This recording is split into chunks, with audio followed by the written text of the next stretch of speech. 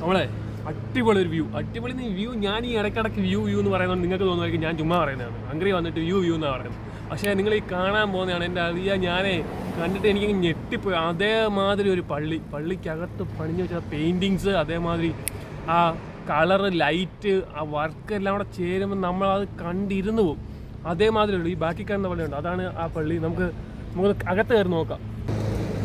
ഞാൻ ഒരു കഥ പറയാം. ഈ പള്ളിയുടെ ഒരു കഥ.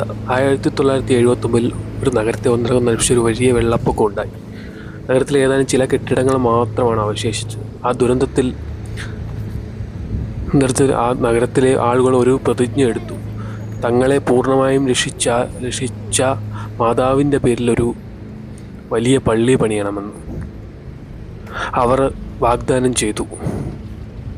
വെള്ളം ഇറങ്ങി പോവുകയും നഗരം വീണ്ടും പണിതുയർത്താൻ തുടങ്ങുകയും ചെയ്തു.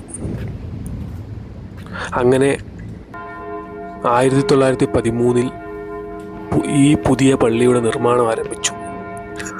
ഒന്നാം ലോക മഹായുദ്ധം കാരണം പണി വൈകിയെങ്കിലും 1930 ഇത് പൂർത്തിയായി. സകത്തിലെ ജനങ്ങളുടെ വിശ്വാസത്തിൻ്റെയും നിശ്ചയദാർഢ്യത്തിൻ്റെയും പ്രതീകമായി ഇന്ന് തലയുയർത്തി നിൽക്കുന്നു. ഈ പള്ളി വാസ്തുവിദ്യയുടെയും കലയുടെയും ഒരു അപൂർവ സംഗമമാണ്. നിയോ റോമൻ ശൈലിയിൽ പണിത ഈ പള്ളിക്ക് 91 മീറ്റർ ഉയരമുള്ള 2 ഗോപുരങ്ങളുണ്ട്. ഹംഗറിയിലെ 4ാമത്തെ വലിയ പള്ളിയാണിത്.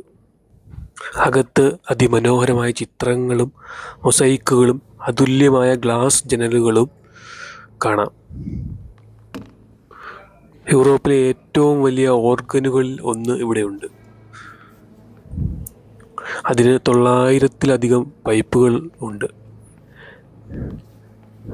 ഇടയകന്യക ഇവിടുത്തെ ഏറ്റവും പ്രശസ്തമായ ഒരു കലാസൃഷ്ടിയാണ്.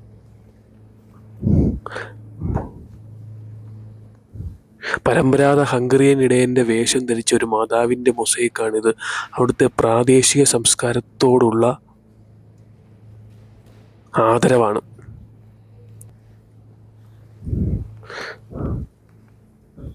ഇറ്റലിയിലെ വെനീസിലെ സെൻറ്റ് മാർക്ക് സ്ക്വയറിൻ്റെ അതേ വലിപ്പമുള്ള ഡോം സ്ക്വയറിലാണ് ഈ പള്ളി സ്ഥിതി ചെയ്യുന്നത്.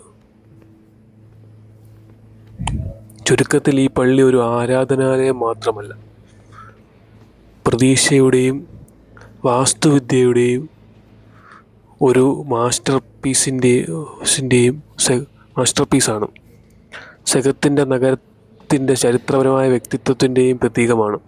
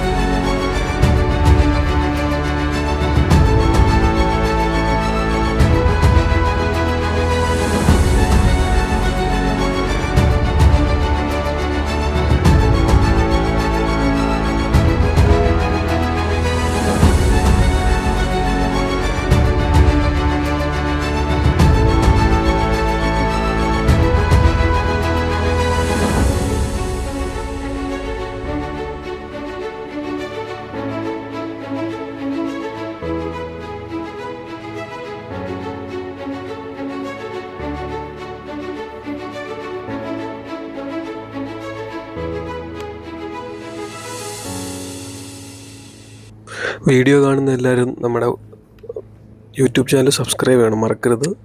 അതുപോലെ നിങ്ങളുടെ എന്തൊക്കെയാണ് മാറ്റങ്ങൾ വരുത്തേണ്ടതെന്ന് കമൻറ്റ് ചെയ്യുക,